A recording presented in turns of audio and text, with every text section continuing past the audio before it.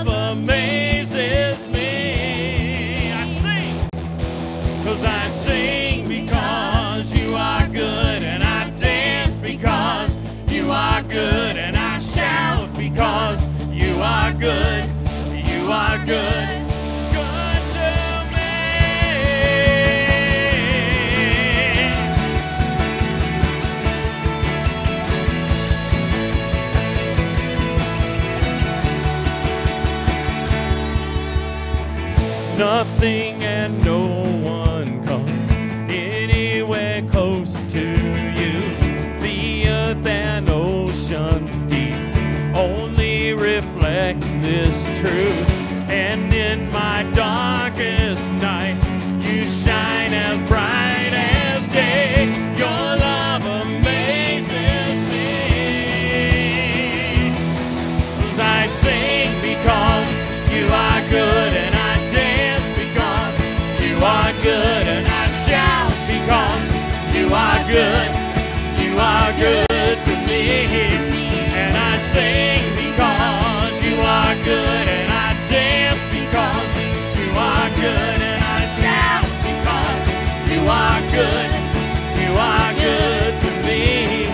And with a cry of praise, my heart will proclaim that you are good. Say that back. You are good. In the sun or rain, my life celebrates. You are good. Say that. You are good. With a cry of praise, my heart will proclaim. You are good. You are good. With the sun and rain, my life celebrates. You are good. You are good. And I sing because you are good, and I dance because you are good, and I shout because you are good. You are good to me. And I sing because you are good, and I dance because you are good, and I shout because you are good. You are good, so good to me.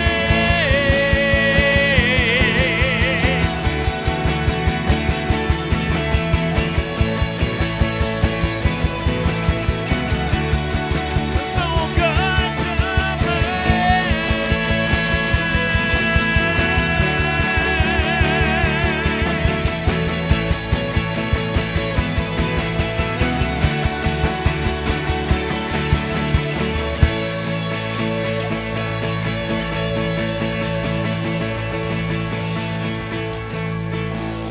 Good morning. You may be seated. Welcome to River Lake Church. My name is Jamie. I'm one of the volunteers here. We are so glad that you're with us this morning. Now, if it's your first time visiting, in your seat you have a Connect card. We'd like for you to fill that out with a little bit of information on it. Hold on to it until the end of service, and at the end of service, you're going to go back out front to the big blue tent, and we have a t-shirt that we want to give you. It's our way of saying thank you so much for spending your Sunday morning with us. So today is Mother's Day. Happy Mother's Day to all you mothers out there. Pastor Nick usually gets all the really exciting news, but I've got exciting news this morning. If you are a lady and you're college age or above, in your seat you have a white card. Legibly print your name on that card. When the offering baskets go by, drop it in there, and here shortly we're going to have a drawing for a spa basket, so you don't want to miss that. College-age ladies and above, write your name on the card and drop it in the offering baskets as they go by. Also, if you are graduating from high school, tech school, or college, we want to celebrate with you next week. So what we need you to do is email us at info@riverlakechurch.com, Email us your name, where you're graduating from, and we'll be in touch, and we want to celebrate next week with you. So we've already mentioned that it's Mother's Day. Psalms 127 says that children are a heritage from the Lord. Children are a reward from Him. How many thinks that God has a sense of humor? Right. Seriously, being tasked with being a mother is not the easiest task that we're tasked with, is it? No, it's quite hard. After Kaylee was born, I was so in love. Those first 6 weeks were wonderful. She never slept between midnight and 6 a.m. But it was great, right? So then I was pregnant with Cade, and everyone that we'd see be like, oh, it's okay. It's no different having 2 than it is having 1. Seriously? I wanted to throat punch those people after I had him. Not an easy task. So ever since they've been born, Kaylee's 19, Cade's almost 16, I've been working on Mother of the Year award. I'm pretty close. I'm almost sure of it. I'm going to get it. But seriously, I do think about all the boneheaded things I've done being a mom. Just a few years ago, I think it was Kaylee's 14th or 15th birthday, finally got lunch about 2 o'clock. I ran to the bakery. I picked out a cake from behind the glass. And I said, Owen, can I get her name put on that? And to which the lady said, oh, I'm sorry, the decorators already went home. Of course she has. So I ran to the grocery store and I get that tube. You know the tube that you can decorate your own cakes with? Got one of those. So after work and after ball games, I go to write her name on her cake. And when I do, because I have good penmanship, I can do this.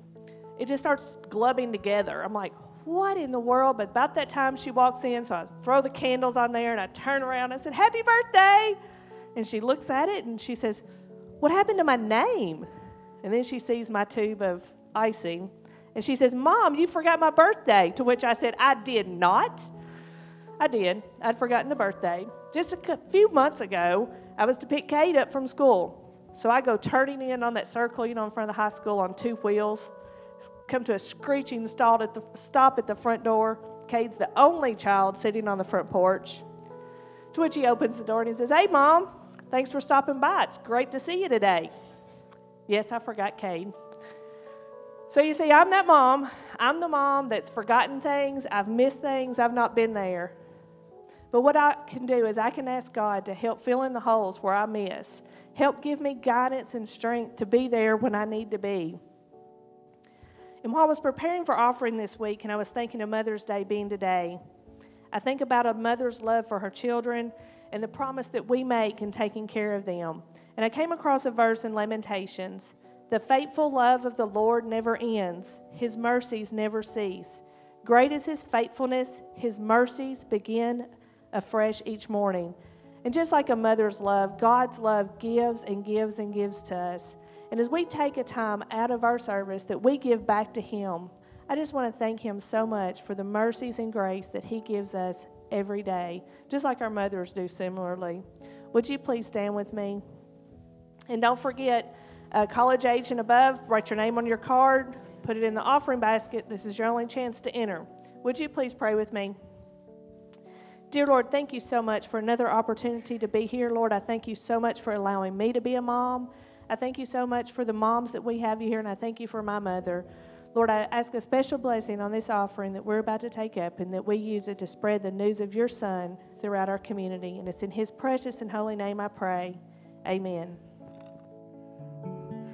Everybody, I love singing worship music because I realized a long time ago that when you read the scriptures, this is the only thing that we're doing down here on earth that we're going to be doing up in heaven. We don't need prayer. We don't need to be preached to because we're going to have Jesus there. We don't need to do all of this stuff. But the one thing that we will be doing is that we will be singing up there. Is that that the angels were sitting there, and for eternity they were singing over and over again, "Holy, holy, holy is the Lord God Almighty, who was and is to come." And they would sing that over and over again. And we get that opportunity to sing that right now.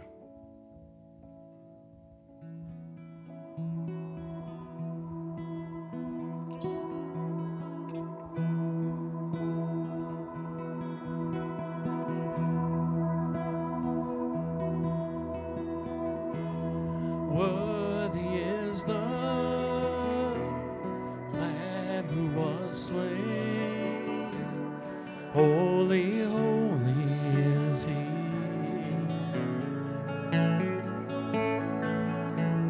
Sing a new song to Him who sits on heaven's mercy seat. Sing it, ladies. Worthy is the Lamb who was slain. Holy, holy is He.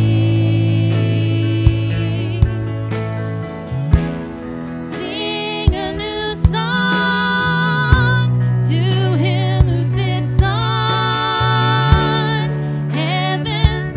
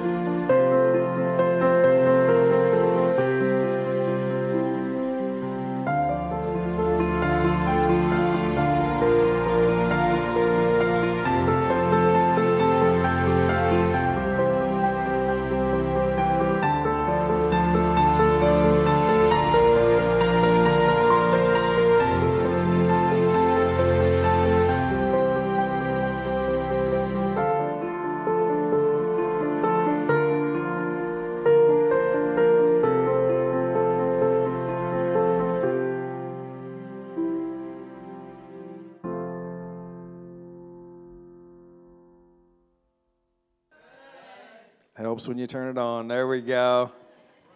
Cool. Did you say rookie mistake? Thanks, buddy. Appreciate that. Yeah. Be sure to set you up for success here in a minute. Okay. Hey, happy Mother's Day. I'm so glad you're here. My name is Nick. I'm one of the pastors. I want to welcome you. Want to welcome all those watching online with us too, through Facebook, YouTube, whatever that is. Hey, we've got a great day today. And to start it, we've got something special. We're doing a giveaway they talked about. I'm going to ask Miss Jan to hand me that basket. Thank you so much. One of the things that happens to me is I get accused of cheating in events and stuff like that. And it's fair because I do. So anyway, I just thought, we're going to make this simple. I'm not going to choose any of this. I'm going to ask my lovely, beautiful assistant over here, Chad. Yeah. Ooh. It's more claps than I've ever gotten, so good job, man. All right, so hey, here, don't look. There you go. Pick somebody. Choose wisely, because everybody else is going to hate you. All right, who is it? Tanya. How many Tanyas are there? What's your last name? Listen, we can't read your last name. Sorry, Tanya, you don't win. Sorry. No, anyway, sorry. No, next person. No, I'm just kidding. No, it's Tanya Johnson. She won. There we go. It is Johnson. No, it is. Yeah. No, it is. So you can get your gift afterward. We'll give it in the back. Hey, Tanya is one of our amazing volunteers, and so I'm glad she won. So anyway, hey, there's that. Every week we talked about we're going to give you a bold update too. And so before we jump into the message, I want to update you where we're at. We have been on a journey of building our new campus for about a year right now, and it's been incredible. We've been trying to keep you updated and everything like that, and we have been so blessed up until this moment, and really, it's not a big deal, but wanted to update you. We have to postpone our opening date by a few weeks.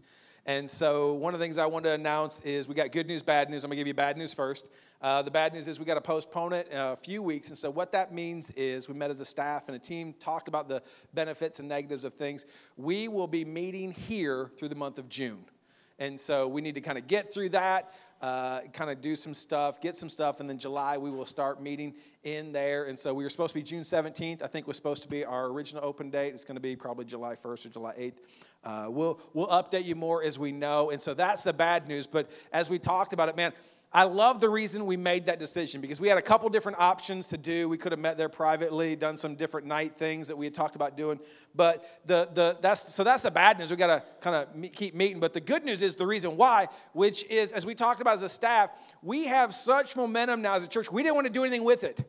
That over the past 6 weeks, we have had I verified this, we've had over 100 guests walk through our doors over the past 6 weeks.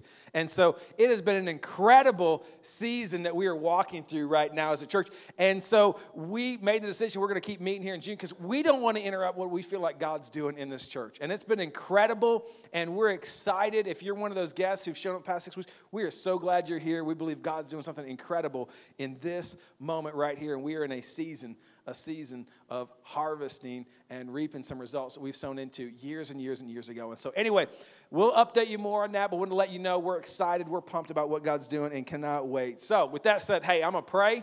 We're going to jump into the message. God, thank you so much for what you're doing here.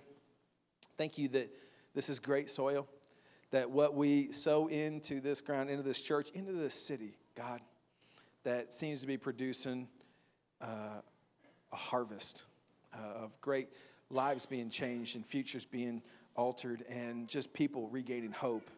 And I just pray that you would be in the next few moments. I pray that the words that come out of my mouth would be your words, that you would inspire and motivate us to become more and more like you, Jesus. It's all about you, Jesus. We thank you so much for this opportunity. Amen. All right. Well, hey, it is Mother's Day, and I just need to make a confession as we start today. And I don't care what you think of me. This is a confession moment, I am a massive mama's boy, okay? So I love my mom. I grew up really close to my mom. My dad was cool, but he was cool. It was not my mom, okay? So I went on dates with my mom. We had like daughter, not daughter. Dang it, I said that twice. Man, okay. Not daughter. If you call me daughter, I'll put you in a church discipline, okay? So son, mom dates, we went to Red Lobster, stuff like that. We did different things like that. I went shopping with my mom for clothes. I love clothes, and she loved clothes. It was great. My brother, not so much. He'd be like, Mom, just give me a pair of jeans. I'm like, no, I want specific jeans. I got to be a specific size. So anyway, I loved my mom. Grew up close to my mom. And part of it was my mom and I have very similar personality. And you know that if you have a certain personality and the same personality with one of your parents, it does not go well for you, okay? Because you fight a lot. When I grew up, and my mom and I, we would fight about the dumbest things. And one of those things was what I consider probably the single worst duty you can give your child. And so if you're a parent, I want to caution you, never delegate this to your children, except I do. But anyway, you just ignore that. But I was given the duty of garbage duty. Anybody have garbage duty growing up? Like, I was like, you're just being lazy. Like, take it out yourself. Well, you saw it, But that didn't fly very much in my household, and I could never say that because I'd have gotten beat down. So, but I had garbage duty, and it was terrible duty because I did not, as a 15-year-old boy, I didn't wake up thinking, I wonder how the garbage is today. I probably should check that. Like, I never thought that. And I got yelled at all the time. They'd be like, didn't you see the garbage? I'm like, no. First, you got a lid on it. But second, no, it's not on my radar. I don't think about the garbage. And I would get yelled at, and I would be like, I think you can take it out later, and the whole deal. And I'd be like, and then I would argue, like, why do I have to take it out? And just the whole teenage thing. And my mom would say something to me, and she ingrained it in my head, and I still remember this day. She would look at me, and she'd go, Nicholas, which is what she called me when she was mad at me. You do not have the right to call me that. So anyway, Nicholas, when you grow up, and you're an adult, and you have your own place, and you have your own family, you can take out the trash whenever you want. And she would say that to me over and over again. I'd be like, I will. When I grow up, we're never taking out the trash. I just get really belligerent and say dumb things like that, But she would say that to me over and over and over again. And then I grew up, and I got my own family, and I got my own house. And I remember the moment. It was an awesome moment. It was a glorious moment for me, where the opportunity came that they came and they visited with us one weekend, and they were sitting there, and I let the trash pile up. I'm like, watch this. This is going to be a great moment, because this is my house, And so garbage piled up. My mom walked by, and she didn't even think anything of it because she's my mom. She's like, hey, Nicholas, take out the trash. And I was like, no.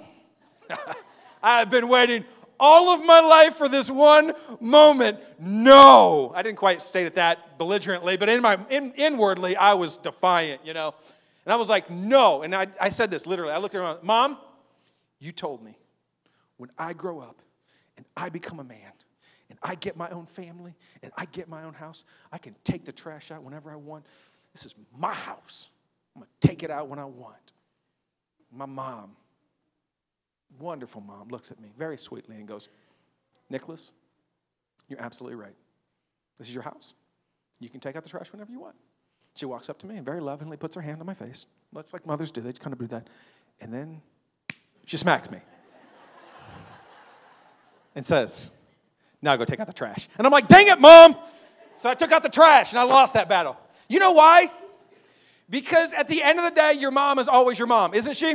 I mean, that's not deep at all. Like, nobody writes that down like, oh, that's my mom is always your mom. But it's so true that no matter how old you are right now, whether you're 5, 15, or 50, your mom is always your mom, and your mom will always mother you. My mom still calls me Nicholas when she's mad at me, and she still comes and does that, and we still have an incredible relationship because I'm still a mama's boy, but your mom's always your mom. And on Mother's Day, I thought how fitting it is to talk about the season that I think moms are so amazing at, way better than dads. See, last week we started this series called Reaping and Sowing, and we said 3 things that, listen, in this sowing season, that you always reap what you sow, you always reap more than you sow, and you always reap after you sow. And what we talked about was that last one where it really is about the seasons. It's the after that really jumped out to me, and this whole series is built around seasons. And we said last week that there's 4 seasons. That there's the sowing season that we talked about last week. There's the waiting and watering season, that season in between.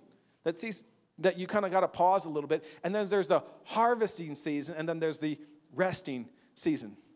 And there's 4 seasons, but I would say that mothers are uniquely equipped. They are so much better at the waiting, watering season, aren't they? Because here is the deal. Maybe you've never thought about it, but here is the insane, crazy, I would never make it deal that every mother makes when they decide, I want to have a child. And it's crazy to me because moms still sit back and go, I'd like to have another child. But here's the deal. Maybe you've never thought about it, but here's the deal. That you agree to start this newfound relationship with this being that you have no relationship with. There's no investment in it yet. You agree that the start of the relationship will be one of the most traumatic, terrible, most painful moments in your entire life, right? Like they literally burst forth from your body, all right? That is, I've witnessed it. It's horrific, okay? So that is how it starts, and you're like, I would like that. Sign me up for that. And then it does not get better because you think to yourself, that's the worst moment. Wrong answer. No, it gets worse, okay?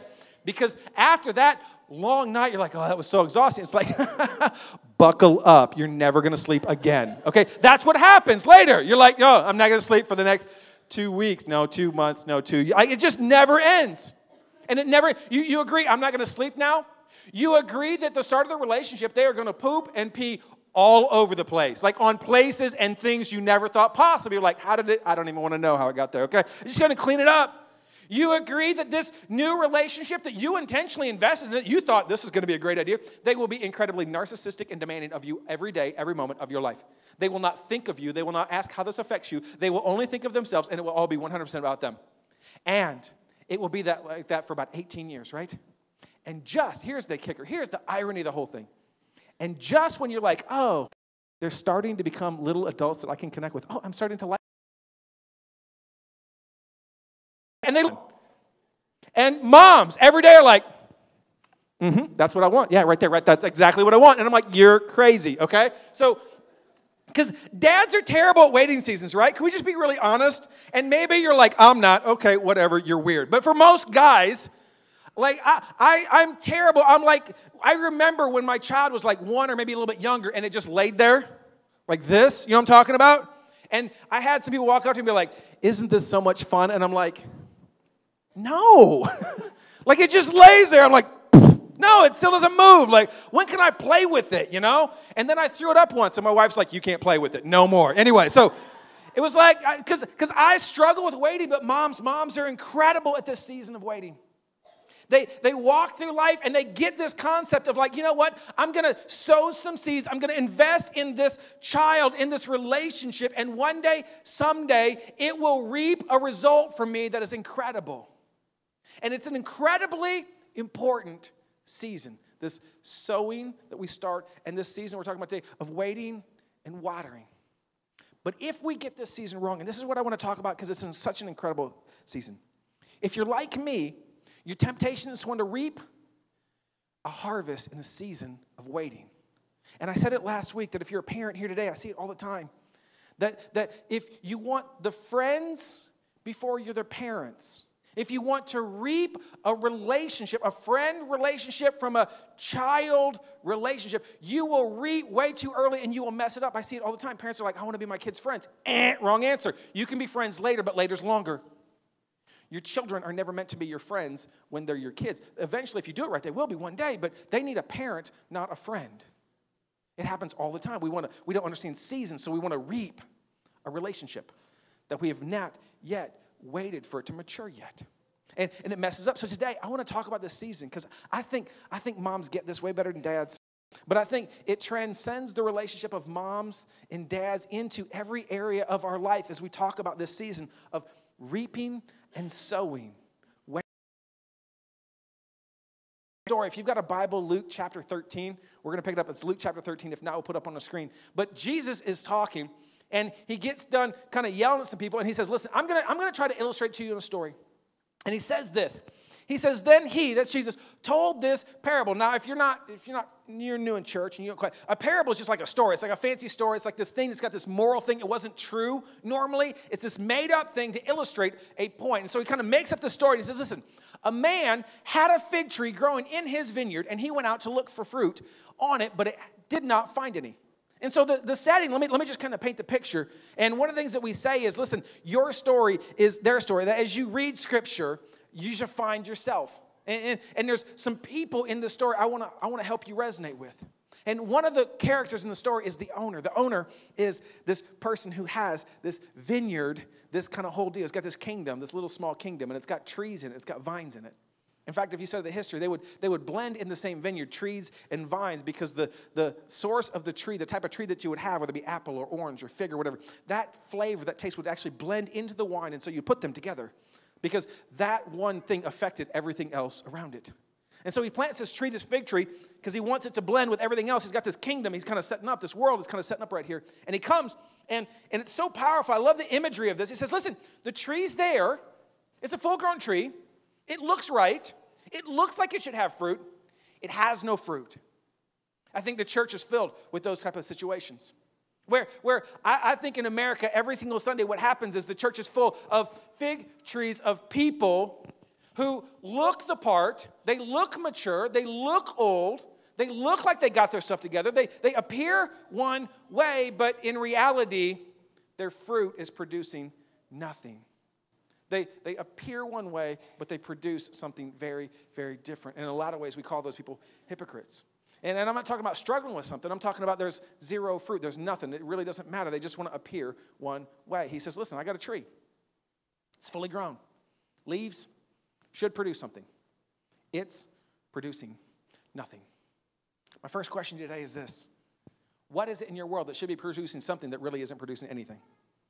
What is it in your world? What area? Maybe it's your finances, your relationship. Maybe it's your marriage. Maybe it's your dating. Maybe it's your kids. Maybe it's, I don't know what it is. But what is it that you look at and say, listen, it should be producing something. There should be some fruit. I should be reaping some reward. I should be reaping some benefit from this. I should be harvesting something. What is it right now that you would say, listen, that should be better than it really is? I have sown the right seeds. I have sown in the right area. I have set it up. I've watered it. I've done the right things. What is it that's not producing what it should? All of us have some. But then he gets even more complicated. He goes on and says this. So he, that's the owner, said to the man who took care of the vineyard, for 3 years now, I have been coming looking to look for fruit in this fig tree and haven't found any. This is really, really important. The 3 is an incredibly important number. 1 is because if you study the background of fig trees, which, let's be honest, who hasn't studied that? So, but if you study that, what you come to the realization is it takes about 3 years for it to mature. So what he's really saying is I have a 6-year investment. For the first 3 years, I sowed and I waited. I had the right season because everyone, I don't care what you do, when you sow into something, you always have a season of waiting. I waited the right amount of time. I wasn't impatient. I didn't demand too early. And after the first 3 years were up, I came back for 3 more years. And every year I come back and it's producing nothing. I think that's so many of our world right now. That we have areas of our life that it's been year after year, moment after moment, month after month, and you're like, man, this should be producing something more, and it's not. It's maybe you're dating somebody, and he promised to marry you, and it's like, okay, yeah, no, next year, next week we'll get engaged, and next month we'll get engaged, and next year we'll get married, and year after year after year, it's not really producing what you hoped it would produce. You're investing the right things, but it's not really doing that. Maybe it's a job. Maybe you're sowing the right seeds in your job, and maybe you got a boss who's like keeps dangling a promotion in front of you, and it's like, listen, no, next time we're up for promotion, I'm going to give it to you. You're going to get a raise. Or you're going to do that. I promise. And you're doing the right things. You're sowing the right seeds, and it appears one thing. It appears one way on the outside, like from everybody else. They're like, oh, that's so great, and yet, if you're being honest, it's not really producing the result that you want. Maybe it's your kids. I mean, let's just be honest, on Mother's Day, for some of us, it's an amazing day. For some of us, it's like, man, we get the family back together and we're celebrating and nobody's life's perfect, but I love this day. But for some, Mother's Day, it's a hard day. It's a day where very real things like infertility come up and you're trying to sow into something, into a relationship and into a future that you would love, and it hasn't produced what you had wanted to produce yet. Or maybe it's with your kids. Maybe you had kids.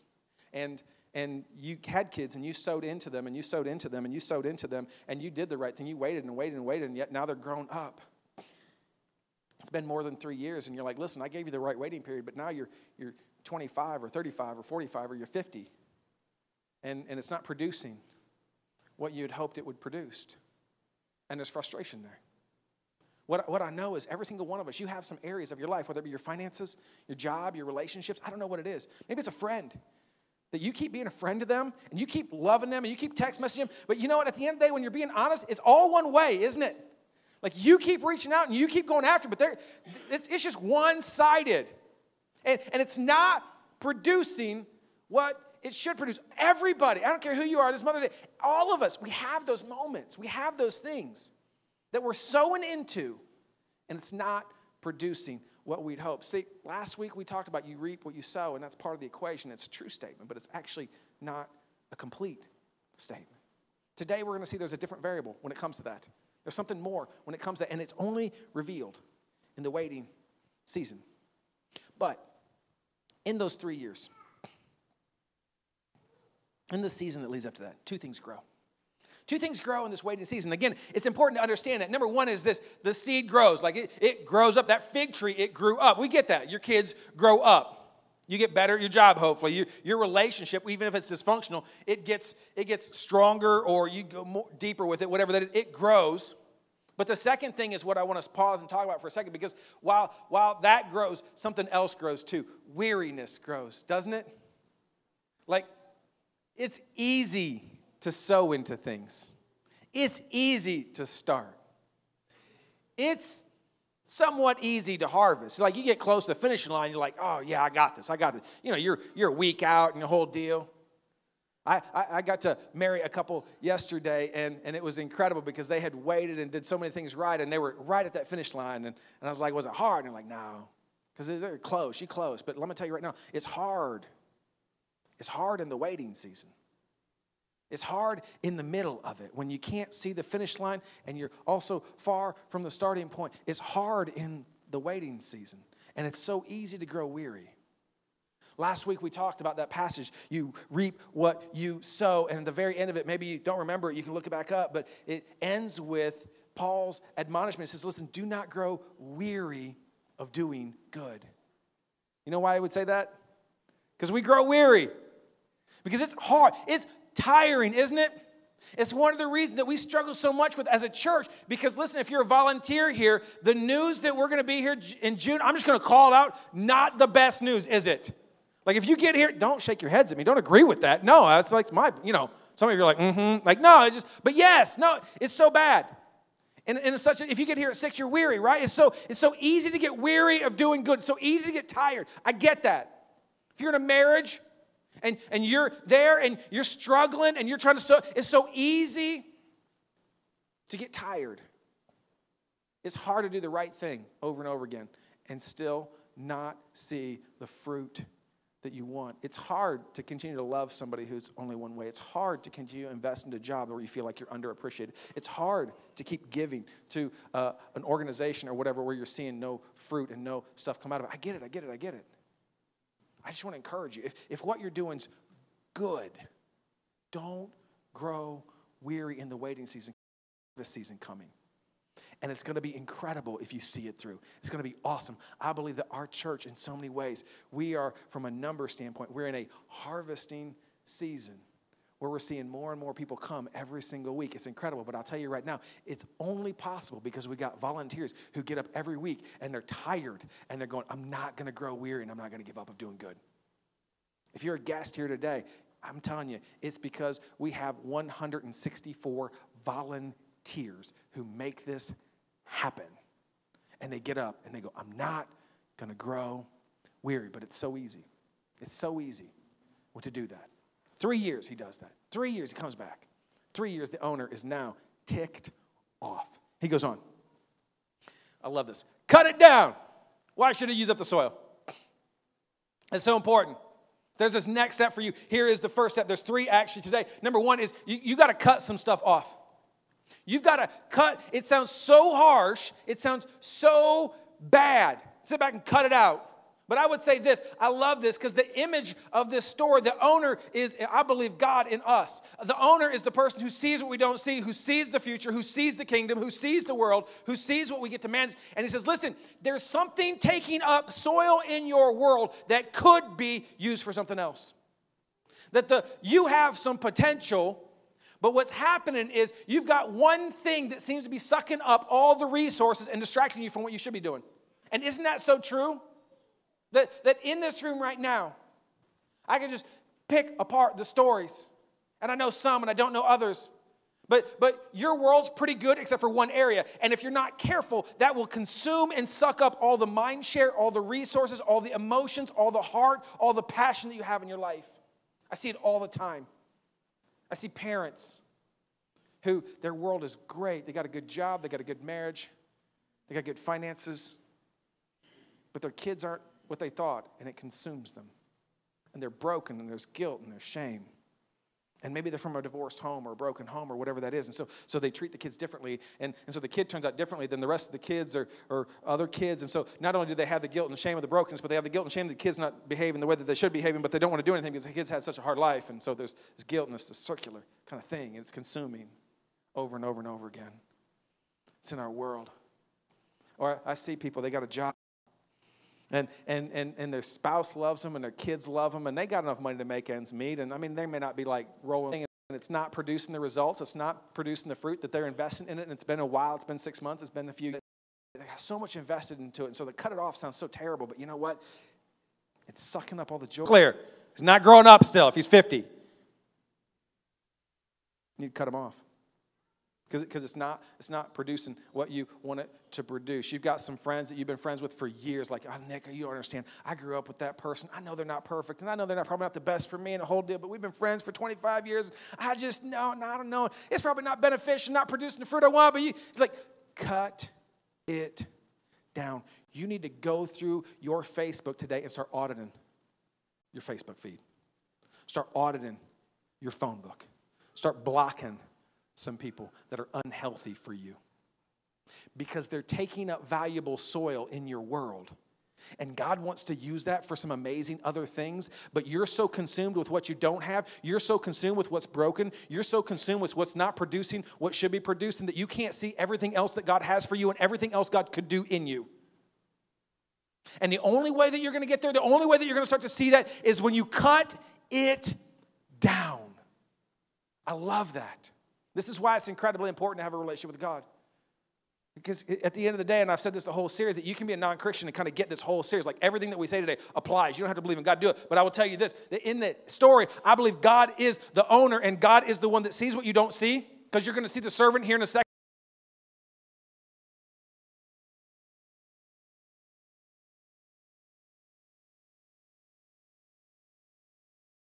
Who was you?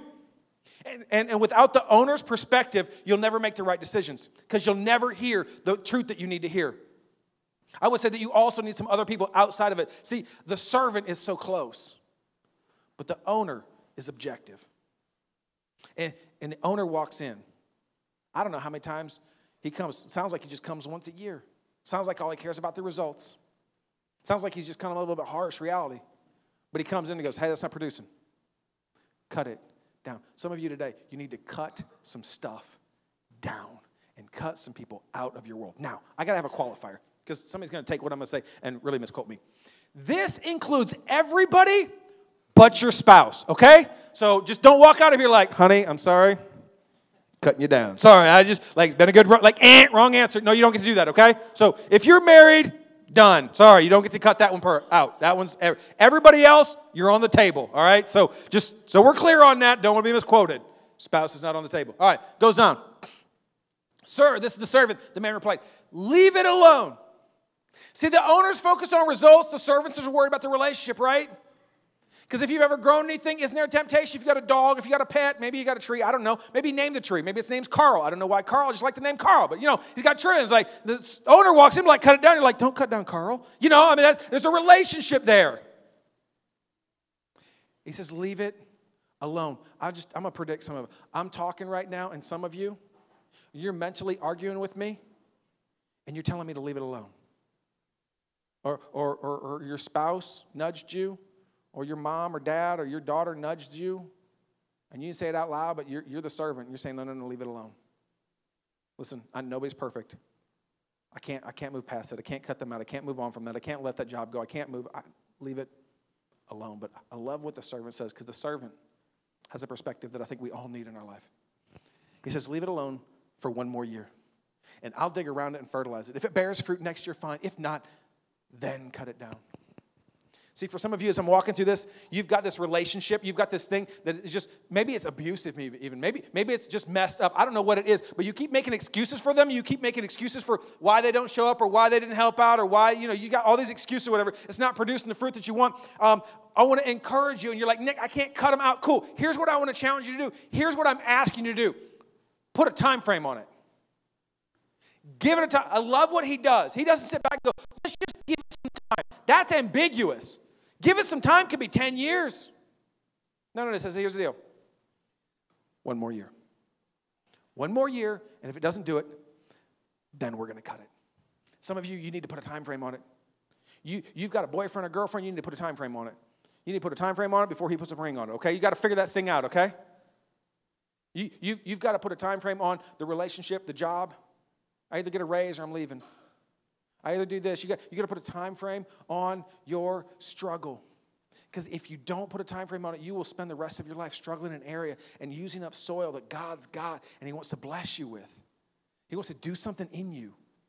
But you're so focused on what you're going to lose that you're missing what God wants to give you.